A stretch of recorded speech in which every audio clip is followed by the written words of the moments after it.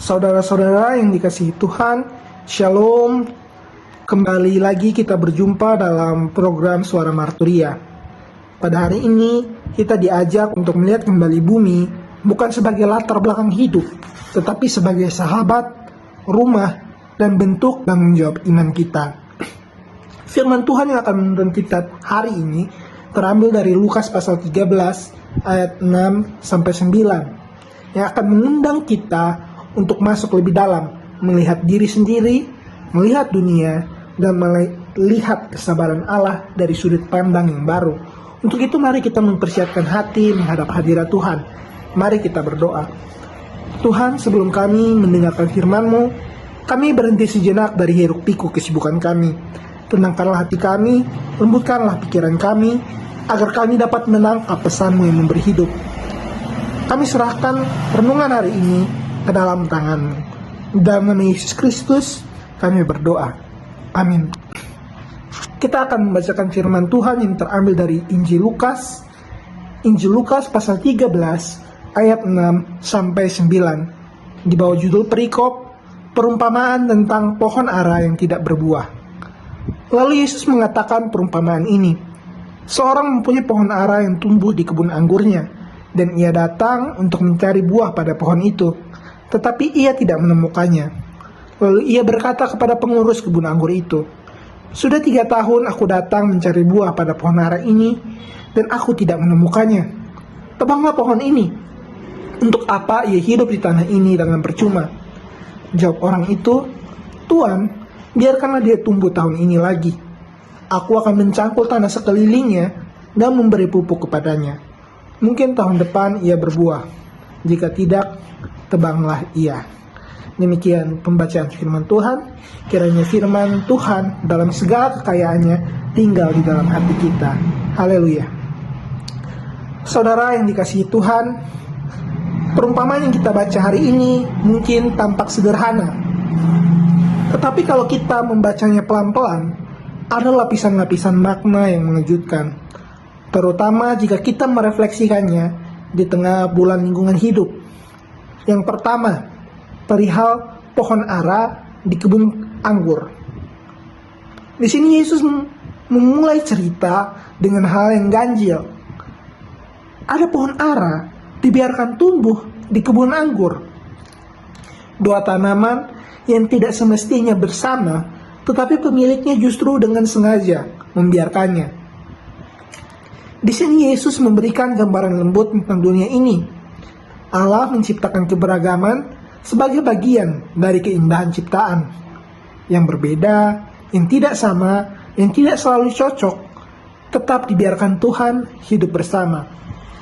Ini sekaligus sindiran bagi kita manusia yang hidup di era modern. Kita seringkali memaksa Allah menyerupai kehendak kita, memonokromkan tanah, membabat hutan untuk satu jenis tanaman, menata bumi seolah semuanya harus sesuai skema ekonomi kita. Sementara Allah dalam perumpamaan ini justru menaruh sesuatu yang tidak sempurna di tempat yang sepertinya tidak pas. Yang berikut, ia mencari buah dan tidak menemukannya. Pemilik kebun di sini datang bukan untuk menghukum. Dia datang mencari harapan, bukan kesalahan. Setiap kedatangan adalah kunjungan kasih yang bertanya, apakah hidupmu memberikan tanda-tanda kesetiaan? Apakah bumi yang kau pinjamkan kepadamu, kau pelihara dengan hormat? Mungkin itulah pertanyaan yang akan dimunculkan oleh pemilik kebun ketika dia datang bertanya kepada kita. Dan bukankah di sini ketegangan kita selama ini? Kita menikmati hasil bumi, tetapi sering lupa untuk menumbuhkannya kembali. Kita memetik, tapi tidak merawat. Kita menuntut, tapi jarang bersyukur. Allah datang mencari buah, dan ia menemukan tanah yang menjerit, air yang merintih, dan alam yang menunggu uluran tangan manusia. Kemudian, frasa berikutnya yang muncul adalah, tebanglah pohon ini. Seringkali kita membaca kalimat ini dengan ketakutan, tetapi mari kita lihat ini dari sisi lain. Ini adalah suara manusia, bukan suara belas kasih Allah. Inilah cara manusia melihat sesuatu yang tidak produktif. Kalau tidak memberi untung, ya ditebang. Kalau tidak menghasilkan, dibuang. Kalau tidak cepat, tinggalkan. Bukankah itu yang kita lakukan pada alam? Air diperas tanpa istirahat, tanah dipaksa bekerja tanpa jeda. Hutan ditebang karena dianggap tidak berguna. Logika efisiensi telah mengalahkan cinta. Perumpamaan ini menelanjangi pola pikir kita, bukan pola pikir Allah. Kemudian, Tuhan biarkanlah dia di tahun ini lagi, yang menunjukkan sosok figur yang mengejutkan, yakni sang pengurus kebun. Di titik ketika semua hal tampak hilang, muncullah sosok yang hampir tak kita perhatikan, yakni pengurus kebun. Dia menjadi gambaran Kristus, sang perantara, sang pemelihara. Dia berkata, "Berilah waktu, biarkan aku merawatnya, aku akan mencangkul, aku akan memberikan pupuk." Disinilah inti perumpamaan ini. Kristus tidak cepat menyerah. Dia tidak menebang sebelum mencangkul. Dia tidak menghukum sebelum mengasuh. Dan inilah pesan bagi kita di bulan lingkungan hidup.